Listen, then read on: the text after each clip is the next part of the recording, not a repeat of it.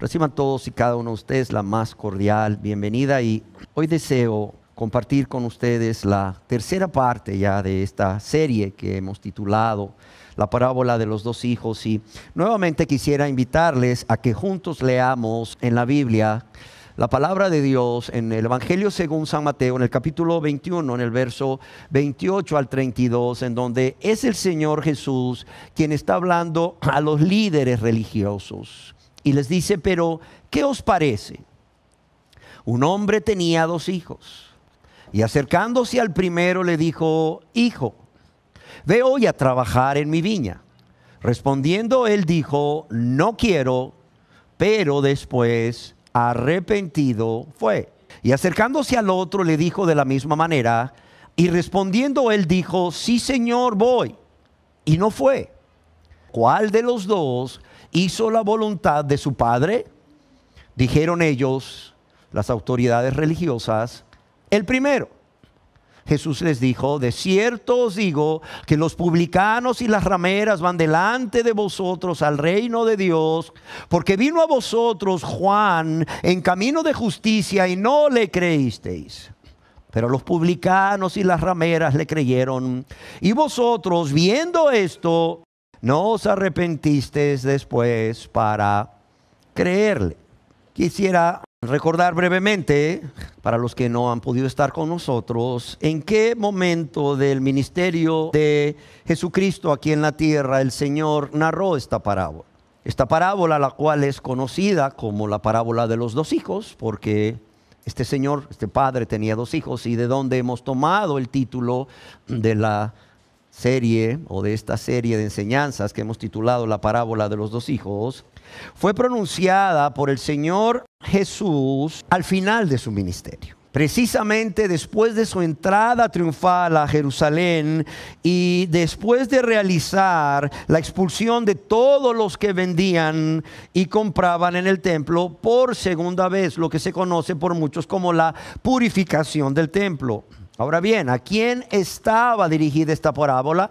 En la primera parte de nuestra enseñanza dijimos que estaba dirigida a aquellos líderes religiosos que se oponían a la autoridad del Señor Jesucristo y no creían en Él como el Mesías. Es más, no se habían arrepentido de todos sus pecados como lo hicieron los publicanos y las rameras. Para aquellos que les gusta anotar, en el Evangelio según San Mateo, en el capítulo 21, verso 45, leemos que oyendo sus parábolas, es decir, la parábola de los dos hijos que acabamos de leer, y una que a continuación también les narró el Señor Jesús, que se conoce como la parábola de los inquilinos malvados, los principales sacerdotes y los fariseos entendieron que el Señor hablaba de ellos. Y como estas parábolas tienen un fin didáctico en donde el Señor Jesús las narra para enseñar al pueblo verdades que estuviesen de alguna forma al alcance de todos, es que al estudiar esta parábola de los dos hijos, encontramos, como ya dijimos, tres verdades espirituales, las cuales ha sido nuestro deseo compartir con ustedes.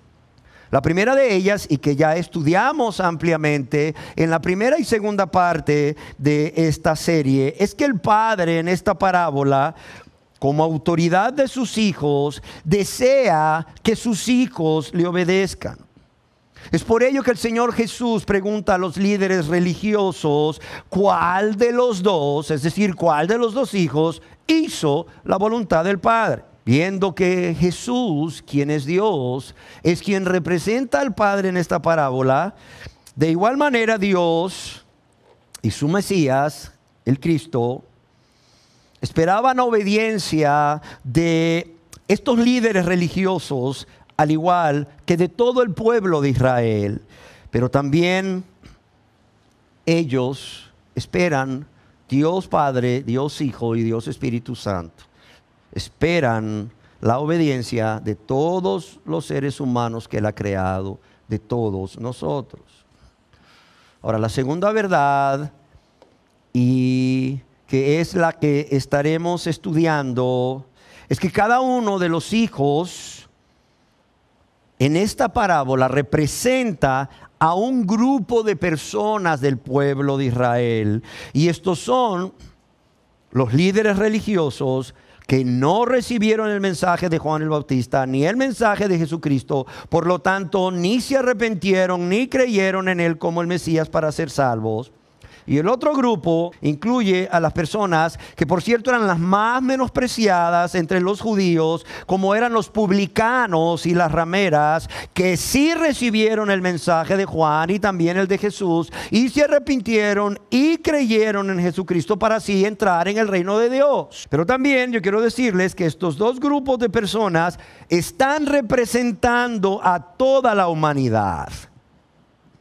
Y estos grupos son los que rechazan las demandas de Dios o la ley moral de Dios en sus vidas, viviendo egoístamente y en rebeldía en contra de Dios, pero en determinado momento de sus vidas, por la obra y gracia de Dios, ellos tienen un cambio en su manera de pensar, que los lleva a un cambio en su manera de vivir, es decir, los lleva a la entrega total e incondicional a Dios y a la obediencia a Dios. Pero también tenemos el otro grupo, que son los que dicen sí y prometen guardar sus mandamientos y hacer su voluntad, pero que no tienen ningún interés en hacerlo. Es decir, es una profesión del diente al labio. Es una profesión de fe del diente al labio, como decimos nosotros, sin ninguna intención de hacer lo que prometen a Dios. Y por lo tanto vemos cómo viven vidas de desobediencia, en rebeldía, sin arrepentirse de su vida de pecados y sin realmente convertirse a Dios para ser salvos. Y el día de hoy, y en nuestra próxima enseñanza, yo quiero que nos centremos en este primero de los dos grupos, es decir, los que inicialmente rechazan las demandas de Dios o la ley moral de Dios en sus vidas, pero que en determinado momento de sus vidas, por esa obra y gracia de Dios, por esa influencia del Espíritu Santo en sus vidas, tienen un cambio de manera de pensar que los lleva a un cambio de manera de vivir. Tienen un arrepentimiento, ese arrepentimiento que es para salvación, como dice el apóstol Pablo, como sucedió con los publicanos y las rameras. Ahora bien, yo quiero que nos ubiquemos en la actualidad y que veamos a quiénes pertenecen actualmente a este grupo que acabamos de mencionar. Y este grupo pertenecen en primer lugar todos los pecadores que se oponen a Dios y que se oponen a su voluntad directa y abiertamente. Fíjese bien.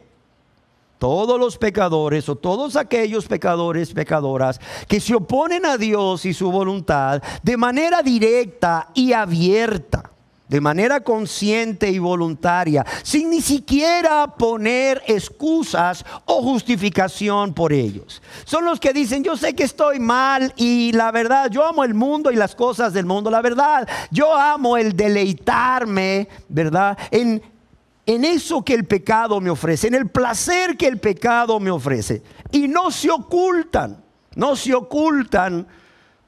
delante de los ojos de los hombres para pecar. Como decíamos, es más, ni siquiera ponen excusas. Matthew Henry escribió al respecto: malas son las excusas, pero las negativas directas son peores. Y estas personas ni siquiera ponen excusas. Ellos viven una vida de rebeldía. Ellos viven una vida de negativas directas. En estas personas existe un rechazo, un menosprecio, una rebeldía a Dios y su soberana voluntad expresada en las Sagradas Escrituras en la Biblia. Y la verdad, como decíamos, no se ocultan ni se esconden ante los ojos de las personas para hacer su voluntad, para desobedecer a Dios en franca rebeldía y pecado. Es más, este tipo de pecadores y pecadoras son los que se jactan o presumen ante otros pecadores de los pecados que cometen. Por ejemplo, de cómo llevan a cabo sus adulterios o sus fornicaciones y de cómo no son descubiertos por sus cónyuges o sus compañeros, por decir algo. o bien presumen de sus borracheras, o presumen de cómo son tan inteligentes que todos les creen sus mentiras, o presumen de su rencor y su falta de ese deseo de perdonar, aunque les rueguen de rodillas, como ellos afirman. Este tipo de personas son los pecadores o pecadoras que con sus palabras y sus hechos muestran su rechazo y su indiferencia a toda la palabra de Dios, pero también al cristianismo. Y de igual manera rechazan abiertamente el evangelio. Son personas que rechazan abiertamente esa invitación que Dios en su gracia, en su misericordia les hace a cada momento. Rechazan esa oportunidad que cada día Dios les da en su amor y en misericordia. ¿Para qué? Para que vengan a Él en arrepentimiento y fe en Jesús como su Señor y Salvador para ser salvos. En segundo lugar, tenemos otro grupo de personas que, aunque no lo quieran reconocer, porque generalmente no lo hacen, a este grupo pertenecen aquellos que dicen creer en Dios, dicen creer en el cielo y en el infierno. Y por cierto, si tú les preguntas a dónde quieren irse, si al cielo o al infierno, te dicen: no, yo me quiero ir al cielo, yo no me quiero ir al infierno. Son personas que creen que la Biblia es la palabra de Dios, es decir, tienen una actitud amigable hacia la Biblia, pero tristemente le conceden poca importancia a la lectura de la misma y mucho menos importancia le dan al obedecer la palabra de Dios. Este tipo de pecadores no rechazan abiertamente el que las personas se acerquen a ellos y le compartan o les compartan las buenas nuevas de salvación, aunque sí posponen su conversión a Dios. Óigalo bien. Ellos no, ellos son amigables a la palabra de Dios, amigables a la predicación del evangelio, al cristianismo. Es más, ellos no rechazan, ellos no se oponen que alguien, ¿verdad?, les comparta allí en un bus o no sé, les comparta en cualquier lugar acerca de las buenas nuevas de salvación. Pero, ojo, sí posponen su conversión a Dios, poniendo como excusas que no están preparados para tan importante decisión, pero que lo pensarán seriamente. Son personas que se aman a sí mismos, así como el deleite temporal que les ofrece el pecado y el mundo y las cosas del mundo más que a Dios. Y es por ello que ellos viven vidas de práctica de pecado. Sin embargo, sus pecados no son manifiestos a los demás. Sin embargo, a diferencia de los del otro grupo también, sus pecados no son manifiestos a los demás. ¿Por qué? Porque pecan en lo secreto, pecan en lo íntimo, ahí en su mente, con esos pensamientos pecaminosos, ¿verdad? Ellos se satisfacen, ellos se deleitan en esos pensamientos pecaminosos. O pecan con sus ojos, codiciando, adulterando con sus ojos. O pecan en su corazón, guardando ahí en lo íntimo, en lo secreto, algún grado de amargura o resentimiento o rencor o ira o enojo contra alguien. O bien se ocultan de los ojos de las personas para pecar, aunque claro está, no se podrán ocultar nunca de Dios. Y estas personas, yo quiero decirles que aunque son amistosos o son amigables con la palabra de Dios y no rechazan a las personas que les predican el evangelio, aunque no se convierten, ponen excusas. Estas personas que aún pueden asistir a algún lugar donde se predica la palabra de Dios por interés o por vergüenza, porque ya los han invitado muchas veces, ¿verdad? Por darle gusto a quien les invita.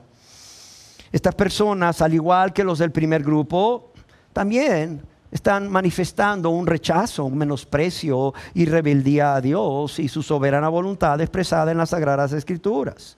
Estas personas, aunque reciben el evangelio, lo rechazan abiertamente y rechazan la invitación que Dios en su gracia, en su misericordia les hace de venir a Él en arrepentimiento y fe en el Señor Jesucristo como su Señor y Salvador para ser salvos.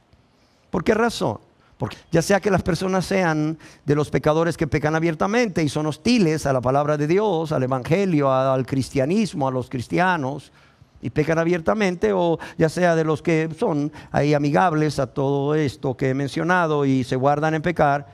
La respuesta de todo pecador, óigase bien, la respuesta de toda persona no regenerada a Dios, a su palabra y a su salvación es de rechazo, es de menosprecio, es de indiferencia. Pero, ya sea que la persona pertenezca al primer grupo o al segundo grupo, en algún momento de su vida, como sucedió con este servidor y con personas aquí en este lugar, por un acto de la gracia de Dios y la influencia del Espíritu Santo en sus vidas, volviendo en sí, como el hijo pródigo, ¿recuerdan? Volviendo en sí, se arrepienten de todos sus pecados cometidos contra Dios y su prójimo y creen en el Señor Jesucristo como su único y suficiente Salvador, y Dios les perdona de todos sus pecados de manera inmediata y les hace sus hijos y les hace sus hijas y los salva de la condenación eterna. Ahora bien, la pregunta que yo creo que debemos hacernos es: ¿por qué estas personas, estos pecadores y pecadoras, por qué dicen no al inicio, al mandamiento de Dios, de hacer su voluntad, de arrepentirse y convertirse a Él para ser salvos? Yo quiero que consideremos algunas posibles razones. En esta enseñanza estaremos viendo algunas, y en la próxima enseñanza también estaremos viendo otras. Estaremos tratando de cubrir la mayoría de las posibles razones. Yo quiero pedirles que por favor mediten en cada una de ellas, ya que por una o varias de estas razones, esto podría ser la causa. O una o varias de estas razones podrían ser la causa por la cual usted, querida persona que no se ha convertido a Dios, no lo ha hecho. ¿Sí me di a explicar? Quiero que al ir considerando cada una de estas razones, ustedes mediten en cada una de ellas. ¿Por qué razón? Porque por una o varias de estas razones, esto podría ser la causa por la cual las personas aquí que no se han convertido a Dios no lo hayan hecho. Ahora, ¿cuál es la primera razón? La primera razón es que no obedecen al mandato de Dios, ni le buscan siquiera, porque han hecho a un lado a Dios en sus vidas. Es triste, pero es la realidad. Han hecho a un lado a Dios en sus vidas. Es más, lo han hecho tanto a un lado en sus vidas que se han olvidado de Él, y por ello no piensan en Él.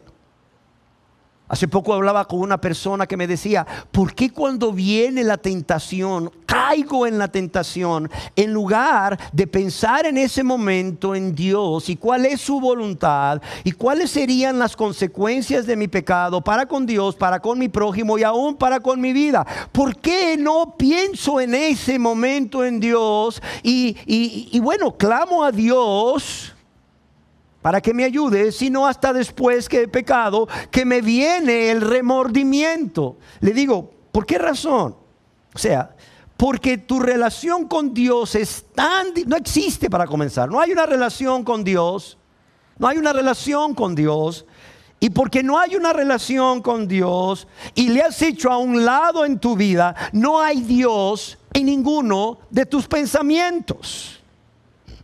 En el Salmo capítulo 10, verso 4, leemos al respecto lo siguiente. Dice: el malo, por la altivez de su rostro, no busca a Dios. ¿Y qué dice acerca del malo? El pecador, la pecadora, dice: no hay Dios, ¿en qué? En ninguno de sus pensamientos. Una cosa es creer en Dios y que otra cosa es que en tu mente Dios esté presente. ¿Sí o no? ¿Cuántos creen que Juan Orlando Hernández es el presidente de este país? Todos creemos eso porque es el presidente. Pues yo quiero preguntarte, ¿Él está en tu mente? ¿Él está en tus pensamientos? Quizás no. O quizás sí, no lo sé. Pero podría pensar que seguramente no. A menos que seas un familiar, un ser muy querido para él, o él sea un ser muy querido para ti. Y lo digo con respeto, pero es una realidad. Y lo mismo sucede con los presidentes de los otros países. Los habitantes de ese país saben quién es su presidente, pero generalmente no está en sus pensamientos. La palabra de Dios dice el malo, el impío. O sea, no hay Dios en ninguno de sus pensamientos. Algunas Biblias, como la King James, que es la versión autorizada en inglés, dice, no está Dios en todos sus pensamientos. No está Dios, dice, en todos sus pensamientos. Y esa es la realidad. Ahora la pregunta es, ¿por qué han hecho a un lado a Dios en sus vidas? Al grado de que se han olvidado de Él. Al grado de que no piensan en Él. La razón es porque estas personas creen que Dios no es indispensable en sus vidas. Es triste, pero es cierto. Estas personas creen que Dios no es indispensable en sus vidas. Creen que no lo necesitan. Creen que no lo necesitan, ¿por qué? Porque en su arrogancia, en su soberbia, ellos creen que son autosuficientes. Y si tienen una necesidad que no pueden resolver por sí mismos, entonces, solo entonces, Dios se les viene a sus mentes, pero buscan a Dios como el proveedor.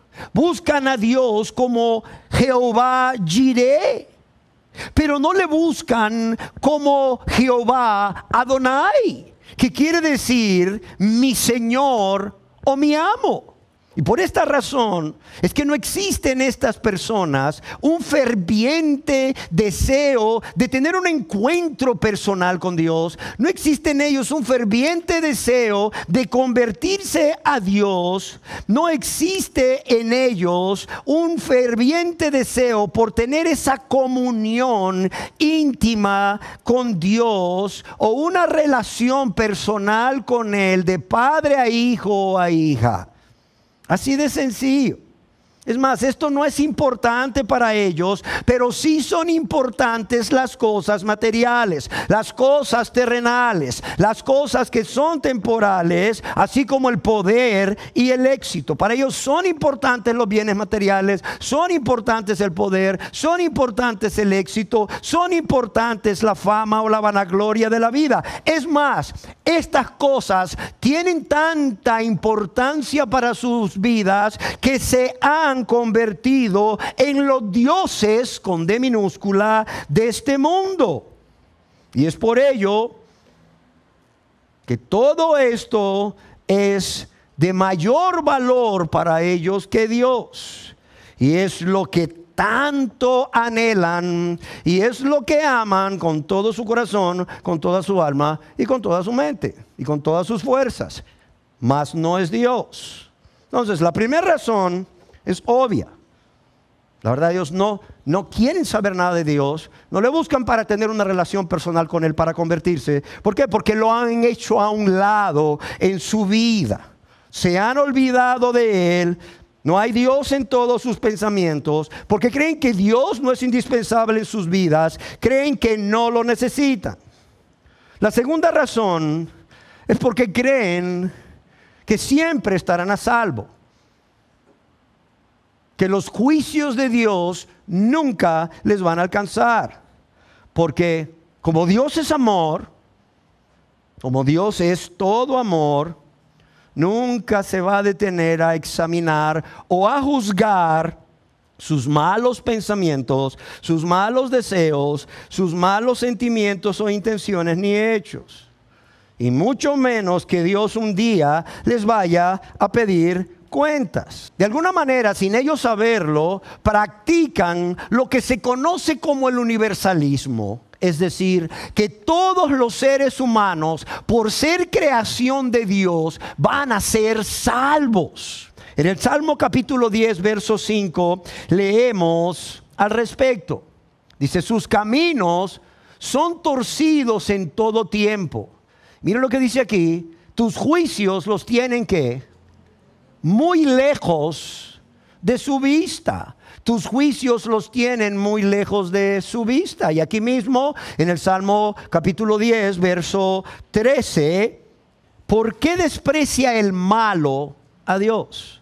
Salmo capítulo 10, verso 13. Dice, ¿por qué desprecia el malo a Dios? O sea, ¿por qué desprecia el pecador a Dios? Y el mismo escritor se responde, en su corazón ha dicho, tú no le inquirirás. Fíjese bien.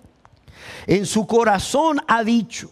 Es decir, él cree, él está convencido de que Dios no le inquirirá, que Dios no habrá de pedirle cuentas, como lo traducen algunas versiones de la Biblia, o creen que Dios nunca le llamará a cuentas, como se traduce en otras versiones. También en Sofonías capítulo 1 verso 12 se nos dice, acontecerá en aquel tiempo que yo escudriñaré a Jerusalén con linterna y castigaré a los hombres que reposan tranquilos como vino asentado, los cuales dicen en su corazón, Jehová no hará bien ni hará mal.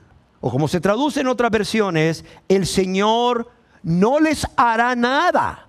El Señor no les hará nada, ni bueno ni malo.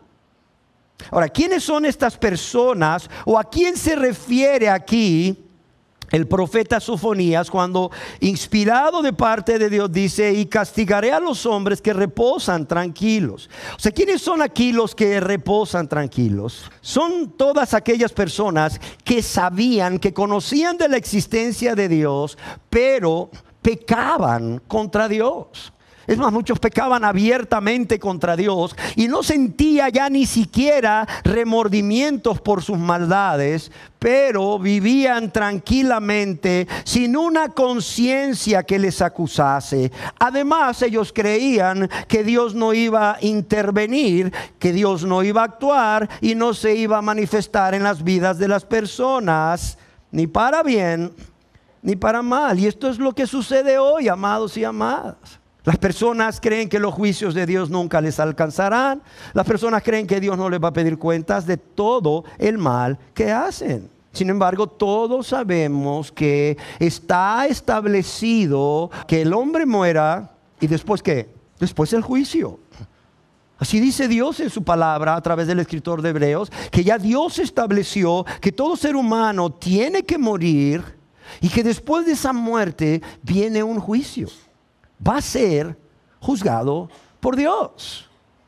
Va a ser juzgado por Dios. La tercera razón la encontramos también en el libro de los Salmos, en el Salmo capítulo 14, verso 3 y 4. Dice, todos se desviaron, a una se han corrompido. No hay quien haga lo bueno, no hay ni siquiera uno. Obviamente aquí se está refiriendo el salmista ¿a quién? A los pecadores, a las pecadoras. Personas no regeneradas, personas que no se han convertido a Dios. Dice, todos se desviaron, a una se han corrompido. No hay quien haga lo bueno, no hay ni siquiera uno.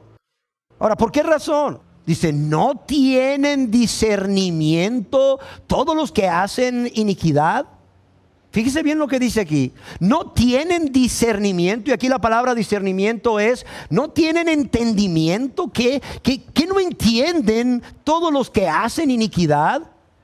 ¿Qué es que ignoran todos los que hacen iniquidad? Es que son ignorantes. Esa es una de las traducciones. Es que son ignorantes todos los que hacen iniquidad, que devoran a mi pueblo como si comiesen pan. Y mire lo que dice aquí, y a Jehová no invocan, a Jehová no claman, a Jehová no buscan, con un corazón contrito y humillado.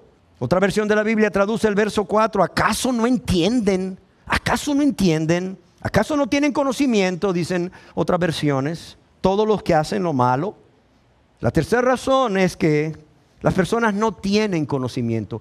Estas personas no regeneradas no tienen conocimiento, no tienen entendimiento, y estas personas ignoran qué, o no tienen conocimiento de qué, o no tienen entendimiento de qué, o discernimiento de qué. Primero, del carácter de Dios. Saben que existe un Dios, pero no conocen el carácter de Dios.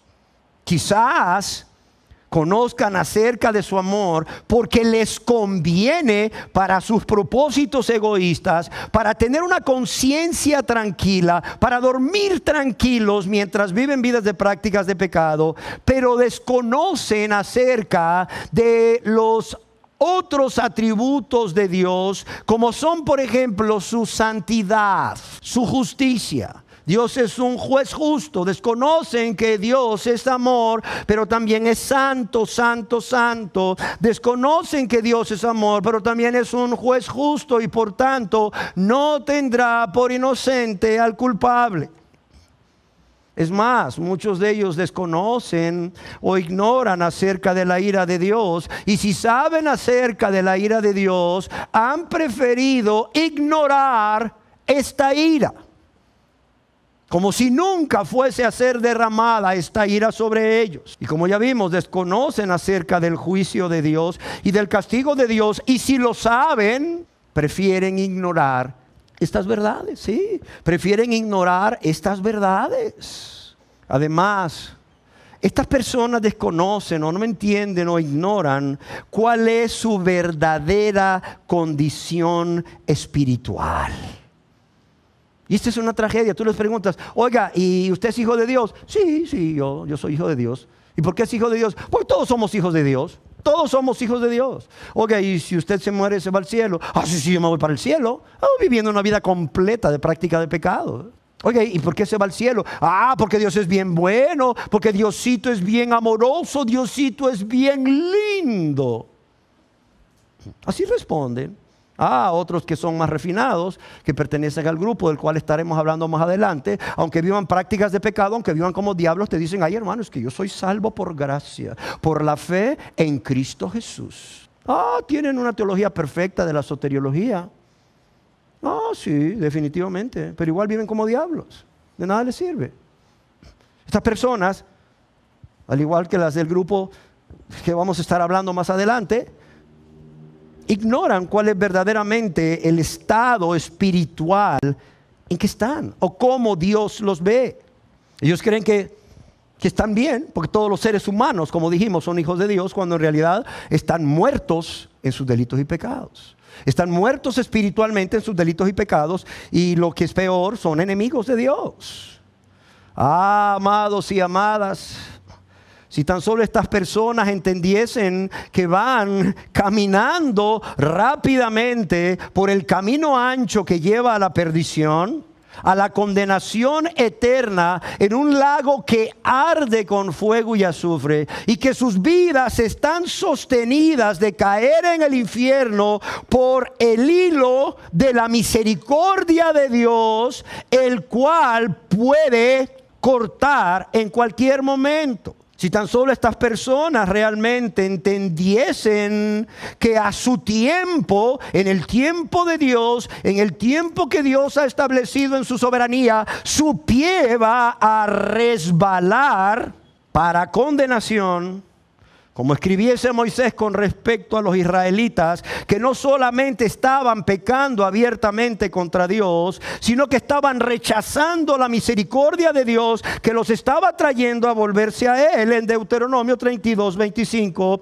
y que, como bien lo expresase Jonathan Edwards en su sermón titulado Pecadores en manos de un Dios airado, esto implica que el pecador siempre ha estado expuesto a una destrucción inesperada y repentina. Óigalo bien, si usted no se ha convertido a Dios. 1700 y algo, sermón, Pecadores en manos de un Dios airado, por Jonathan Edwards.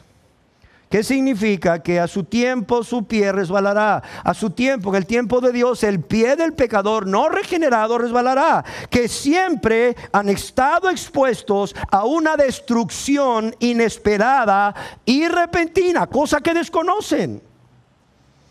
Al igual como el que camina por lugares resbalosos está expuesto a caer en cualquier momento, no se puede predecir si al instante siguiente el pecador seguirá de pie o caerá súbitamente sin advertencia alguna de parte de Dios. Como también lo expresa el Salmo 73 en el verso 18 y 19, ciertamente los has puesto en deslizaderos, en asolamiento los harás caer. ¿Cómo han sido asolados de repente? Dice, perecieron, se consumieron de terrores. Otra cosa que está implicada en este texto, escribe Edwards, es que no solo caerán de repente, en el momento más inesperado, y con ellos vendrá una destrucción inesperada y repentina, sino que caerán por su propia culpa. Caerán por su propia culpa y caerán, dice, sin que nadie los empuje a tierra. De hecho, el que está de pie o camina en suelo resbaloso no necesita nada fuera de su propio peso que lo tire al suelo. Y la razón por la que no han caído aún ni caen ahora es solo porque el tiempo señalado por Dios no ha llegado. Porque dice que cuando llegue ese momento señalado, su pie resbalará. Entonces Dios dejará que el impío caiga por su propio peso. Dios no seguirá sosteniendo al pecador que rechaza su misericordia en esos lugares resbalosos, sino que los soltará, y entonces en ese mismo instante caerán a su destrucción, tal como aquel que anda en un terreno en declive y resbaloso al borde de un abismo y no puede sostenerse solo. Cuando lo sueltan, cae instantáneamente y desaparece. Además, Jonathan Edwards escribe al respecto: no hay otra cosa que mantenga a los hombres impíos fuera del infierno en todo momento que la soberana voluntad de Dios. ¿Por qué razón? Porque a Dios, oiga bien, no le falta poder para echar a los impíos al infierno en cualquier momento. Las manos de los hombres no tienen fuerza cuando Dios se levanta. Los más fuertes no tienen el poder para resistirle, ni nadie puede librarse de sus manos. Y Él, Dios, no solo es capaz de arrojar a los impíos en el infierno, sino que puede hacerlo con mucha facilidad. Es más, escribe Edwards, ellos merecen ser echados al infierno. Por tanto, la justicia divina nunca se va a interponer con este acto soberano de Dios. Es más, ellos ya han sido sentenciados a condenación en el infierno. Los pecadores ya han sido sentenciados a condenación en el infierno. Si usted no ha sido regenerado por la gracia de Dios, por la fe en Jesucristo, usted es un pecador que ya ha sido condenado al infierno. Usted ya está sentenciado a la condenación del infierno. Le guste o no, es una realidad. Créame, no es mi propósito ofenderle, pero tampoco quiero mentirle. Lo que Edwards escribe aquí es una realidad. Ellos ya han sido sentenciados, dice, a la condenación del infierno, y no solo merecen justamente ser arrojados en él, sino que la sentencia de la ley de Dios, esa regla eterna e inmutable de justicia que Dios ha determinado entre él y la humanidad, está en su contra, está en contra del pecador y permanece en su contra, de manera que el pecador continuamente va a camino al infierno. ¿Por qué razón? Porque como dice en Juan 3:18 Dios en su palabra, el que no cree, ¿qué? Ya ha sido condenado. Léalo usted en su casa. Juan 3:18 dice, el que no cree ya ha sido condenado, ya ha sido sentenciado a condenación al infierno. Ahora bien, ¿cómo se puede revertir esta sentencia? Gracias a Dios que se puede revertir. ¿Cómo? Creyendo en el Señor Jesús.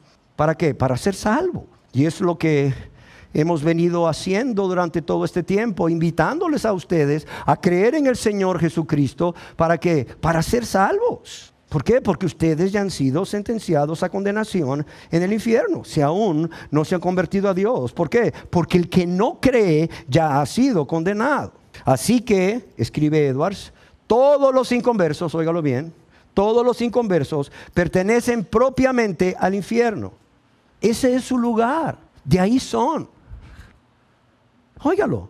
Dice así que todos los inconversos permanecen propiamente al infierno. Ese es su lugar, de ahí son. Ellos son ahora, además de todo lo que hemos dicho, el objeto de la misma cólera e ira de Dios, que es expresada en otras personas que ya están sufriendo los tormentos del infierno ahora mismo. Y la razón por la que no descienden al infierno en cualquier momento no es porque Dios, bajo cuyo poder se encuentran, no esté en ese preciso momento o en este preciso momento airado con ellos, como lo está con muchas criaturas desgraciadas que ahora están siendo atormentadas en el infierno. Dice, sí, Dios está mucho más airado con muchos que están actualmente con vida. Sí, dice, sin duda Dios lo está con muchos que están en esta congregación, quienes creyéndose a salvo se encuentran en las mismas condiciones que aquellos que ahora están en las llamas del infierno. Y él escribe aquí, pero si el pecador aún no está sufriendo tormentos en el infierno, no es porque Dios pase por alto su impiedad, y es por ello que Dios no actúa y no los quita de en medio. Dice, Dios no es para nada como ellos, aunque ellos piensen que sí lo es. La ira de Dios está encendida contra ellos y su condenación no duerme. El abismo está preparado, el fuego está listo, la caldera está caliente, todo está dispuesto para recibirlos, las llamas rugen y arden, la espada resplandeciente y afilada está blandida sobre ellos, y el abismo ha abierto su boca debajo de ellos para devorarlos. Y por si esto fuera poco, continúa escribiendo Jonathan Edwards, el diablo está listo para caer sobre ellos. El diablo está listo para caer sobre ellos y tomarlos como suyos en el preciso instante en que Dios se lo permita. ¿Por qué? Porque le pertenecen a él. Satanás posee sus almas y están bajo su dominio. Los demonios los vigilan siempre. ¿Por qué? Porque siempre están a su lado y los están esperando como leones hambrientos y codiciosos que ven su presa y esperan tenerla, pero que por el momento se retiene. Y si Dios retirara su mano que los detiene, arremeterían sobre las pobres almas de estos pecadores.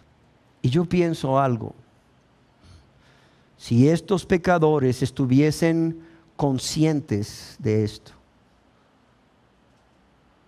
si estos pecadores entendiesen estas verdades expresadas por Jonathan Edwards, que son verdades bíblicas, si las personas realmente no ignoraran esto, si los pecadores no ignoraran esto, mire, yo espero que ellos estarían clamando a Dios con un corazón triste y avergonzado por haber pecado tanto contra Dios y su prójimo. Pero también yo creo y espero que estarían más bien suplicándole misericordia. Pero no entienden. ¿Por qué? Porque decir esto no es popular.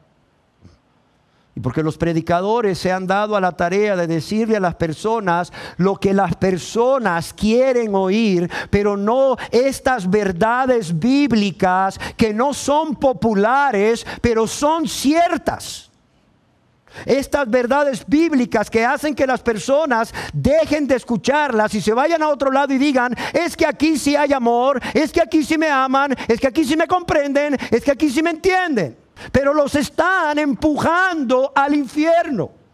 De por sí ya el piso está resbaloso, como para que vengan otras personas y los empujen al abismo.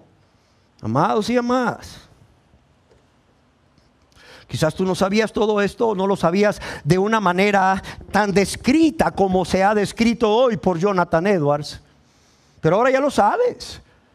Querida persona que aún no te has convertido a Dios. Querida persona que vives aún amándote más a ti mismo o a ti misma que a Dios, amando más los deleites temporales del pecado que a Dios, amando más al mundo y las cosas del mundo que a Dios, viviendo para satisfacer tus deseos de la carne, de los ojos y la vanagloria de la vida. Tú ahora sí conoces, tú ahora sí entiendes, tú ahora sí tienes discernimiento, tú ahora no ignoras todas estas verdades acerca de Dios y su ira, y acerca de la condenación que te espera, acerca del abismo que está preparado, el fuego que está listo, la caldera que está caliente, y cómo todo está dispuesto para recibirte, y cómo las llamas rugen y arden, si son simbólicas o no, es un lugar de tormento, y cómo la espada resplandeciente y afilada está blandida sobre ti, y cómo el abismo ha abierto su boca debajo de ti para devorarte. Y como el diablo está listo para caer sobre ti y tomarte en el mismo momento que Dios se lo permita. ¿Por qué? Porque tú le perteneces. El que practica el pecado es del diablo, punto. No nos cansaremos de repetirlo. La pregunta es, ¿qué decisión vas a tomar?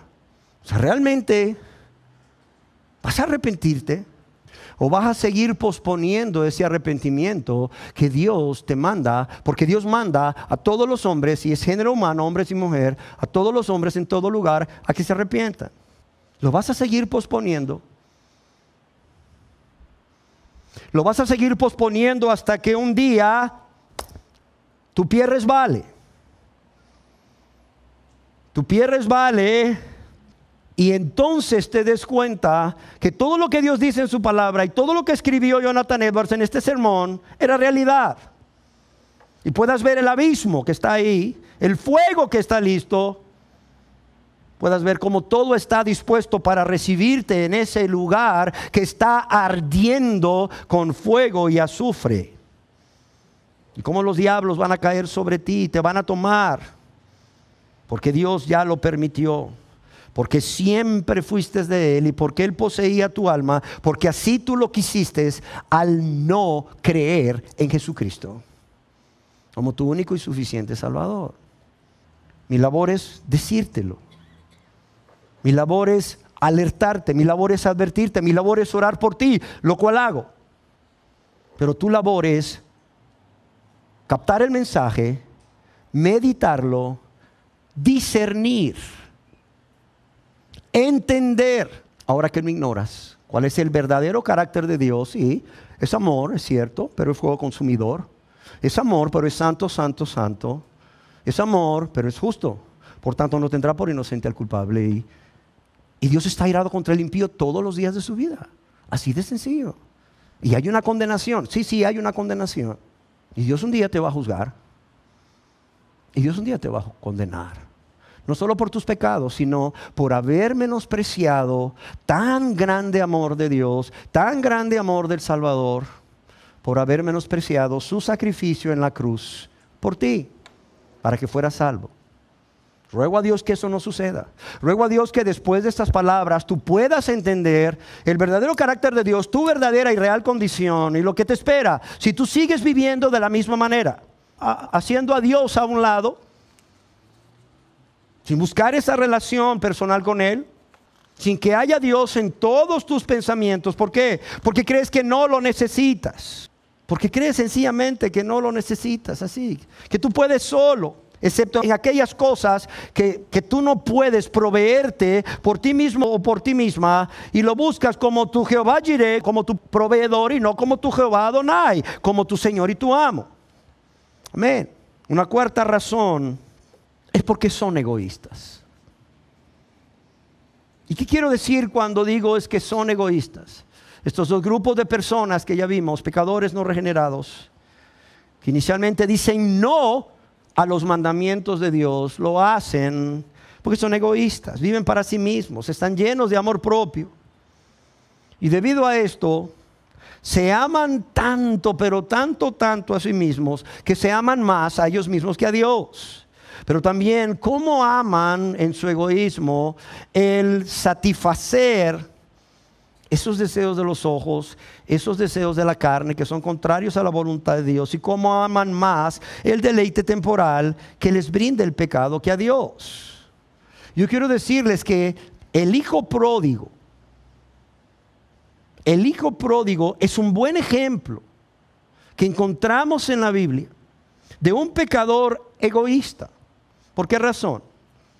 Pues este varón en su egoísmo nunca pensó en amar, en agradar y vivir para servir a su padre. Al contrario, amándose a sí mismo y deseando fuertemente satisfacer los deseos de sus ojos, de su carne y la vanagloria de la vida, ¿qué hizo? Se fue lejos del Padre, que por cierto el Padre representa a Dios.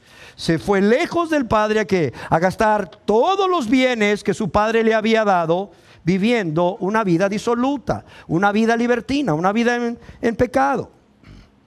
Pero también, amados y amadas, esta persona egoísta es una persona que ama más el vivir una vida cómoda, sin esforzarse, con la ayuda de Dios, para amar a Dios, para amar a su prójimo, para vivir en santidad y sirviendo a Dios. La verdad, él no tiene ningún interés. Él quiere el cielo, pero él no quiere para nada vivir para agradar a Dios. Él no quiere para nada vivir para glorificar a Dios. Él no quiere para nada vivir para adorar a Dios. Él no quiere para nada vivir en obediencia a Dios. No lo quiere. Amados y amadas, el Señor Jesús fue radical cuando afirmó en Lucas capítulo 14, si alguno viene a mí y no aborrece a su padre y madre y mujer e hijos y hermanos y hermanas, aún también exacto, su propia vida, no puede ser mi discípulo. Amados y amadas, si hay algo que no cabe en el cristianismo, es el amor a nosotros mismos, es el amor propio, es el egoísmo. ¿Por qué? Porque el Señor nos manda a amarle a Él con amor supremo.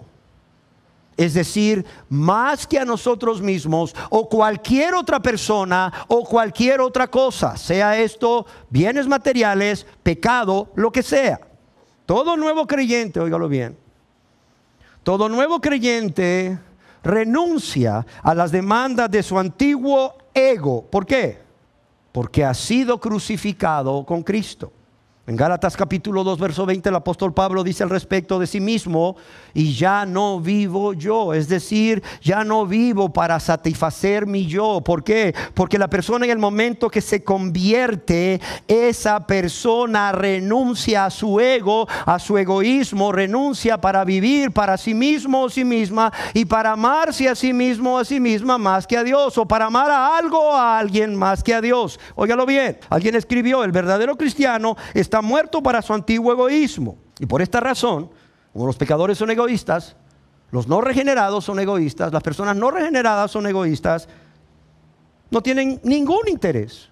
No tienen ningún interés en convertirse a Dios y vivir esta nueva vida en Cristo Jesús por el poder de Dios, en donde lo primero que tienen que hacer es renunciar a las demandas de su yo, de su ego. ¿Sí se entiende? Y una quinta razón de por qué estas personas que aún viven en pecado, estas personas que dicen no inicialmente a los mandamientos de Dios, lo hacen, es porque están amando las tinieblas más que a Dios. Están amando las tinieblas más que a Dios. Están amando, es triste decirlo, pero es cierto, al diablo más que a Dios.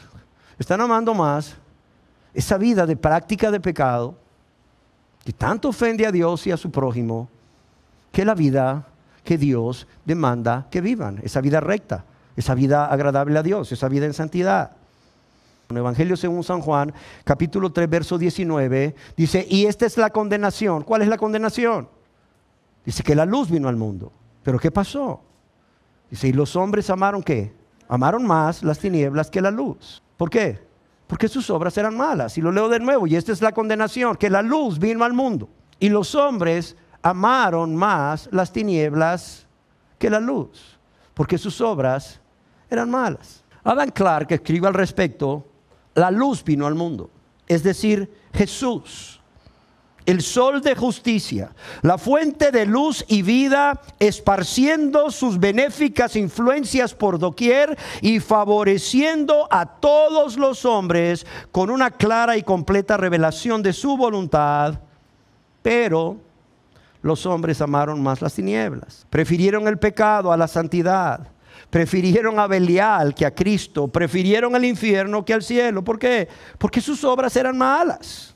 Y así tomaron una decisión de manera consciente y voluntaria de seguir en sus malos caminos, de seguir en sus malas obras, practicando sus pecados, sin importar que con esto estuviesen ofendiendo a Dios y a su prójimo. Amén. Hemos visto hoy 5 razones. Hay muchas más que estaremos viendo en la enseñanza siguiente. Pero yo quiero finalizar esta tercera parte de esta serie que hemos titulado La parábola de los 2 hijos, orando a Dios que si usted no se ha convertido a Dios, haya podido identificar de entre estas 5 razones cuál es la razón o las razones de entre las que hoy hemos expuesto, por lo cual usted no se ha convertido a Dios. ¿Con qué propósito? Para que haga un alto. Quiero orarle a Dios que sea su Espíritu Santo influenciándole a usted, por amor a usted, a que haga un alto en su vida y medite al respecto y considere seriamente el renunciar de una vez por todas al egoísmo y el buscar ese encuentro personal con Dios a través del arrepentimiento y la fe en Jesucristo como su único y suficiente Salvador. Y yo voy a orar a Dios para que usted no lo haga en un año, no lo haga en 5 años, lo haga hoy. ¿Por qué razón? Porque como decía Jonathan Edwards, a su tiempo su pie resbalará, y usted no sabe si el tiempo que Dios estableció para que su pie resbale al abismo del infierno eterno es hoy. Usted no lo sabe, yo no lo sé, pero usted no lo sabe tampoco. Aquí nadie tiene una carta escrita por Dios de que Dios, o sea, le va a dar todo el tiempo que la persona quiera para arrepentirse y convertirse a Dios. Nadie la tiene, estoy seguro. Nadie la tiene. No existe alguien en el mundo, ni ha existido. Por tanto, si usted no sabe cuándo es el tiempo de Dios para que su pie resbale y usted caiga en ese lago de fuego y azufre, usted caiga para ser condenado, yo creo que hoy es el mejor momento para convertirse a Dios, ¿sí o no? Hoy es el mejor momento. Demos gracias a Dios y oremos por esto. Señor, te damos gracias por tu palabra. Te damos gracias, Señor, por hablar a todos y cada uno de nosotros. A unos para que mediten en lo que oyeron para conversión, para salvación, y a otros, los ya convertidos, para que mediten lo que oyeron para vivir vidas llenas de amor y gratitud a ti, oh Dios, por cuanto lejos de condenarles, les has adoptado o nos has adoptado como tus hijos. Y no solo nos has librado de la condenación eterna, sino que también nos has dado vida eterna en Cristo Jesús. Oh Dios, yo quiero suplicarte que con la misma misericordia, Señor, que has preparado esta enseñanza y las que vienen, y las que han pasado, para abrir los ojos a cada uno de los que aún no se han convertido, sigas tú influenciándoles por tu Santo Espíritu, llevándolos a discernir, llevándolos a meditar, llevándolos a entender no solo cómo es tu carácter completo, sino cuál es su verdadera condición espiritual y cuál es el fin que les espera y por qué razón aún ese fin no les ha alcanzado, Señor. Y es por tu pura misericordia, es por tu pura gracia, Señor. es porque no quieres que ninguno perezca, sino que todos ellos procedan al arrepentimiento. Todas ellas procedan al arrepentimiento, Señor. Y aquí están hoy, Señor. Señor, hoy escucharon esta palabra, Señor, y yo creo que es suficiente palabra para que hagan un alto en su vida, para que se detengan y empiecen a meditar en todo lo que oyeron y empiecen a ser obedientes, como aquellos que dijeron no quiero ir, como aquellos que dijeron no inicialmente a tu mandamiento, pero después arrepentidos obedecieron, Señor. Padre, ellos han dicho no, Señor, a tu mandamiento. No se han querido convertir a ti, Señor, porque esa es la verdad. No se han querido convertir a ti. Grande es tu amor, grande es tu misericordia. Yo quiero pedirte, Señor, a todos ellos que no han querido convertirse a ti, Señor, por algunas de estas razones, hagan un alto y realmente sean obedientes, se arrepientan, Señor. Y no solo eso, te supliquen perdón, te supliquen misericordia, por cuanto tú puedes si quieres perdonarlos, Señor. Porque tú no quieres que ninguno de ellos perezca o de ellas perezca, sino que todos procedan al arrepentimiento, Señor. Padre, y ese es mi ruego, que hagan un alto, que se arrepientan, para que sean salvos por la fe que es en Jesucristo, por tu gracia, para honra y gloria tuya y por amor a sus almas, Señor. Yo te lo ruego hoy en el nombre de tu Hijo amado Jesús. Amén.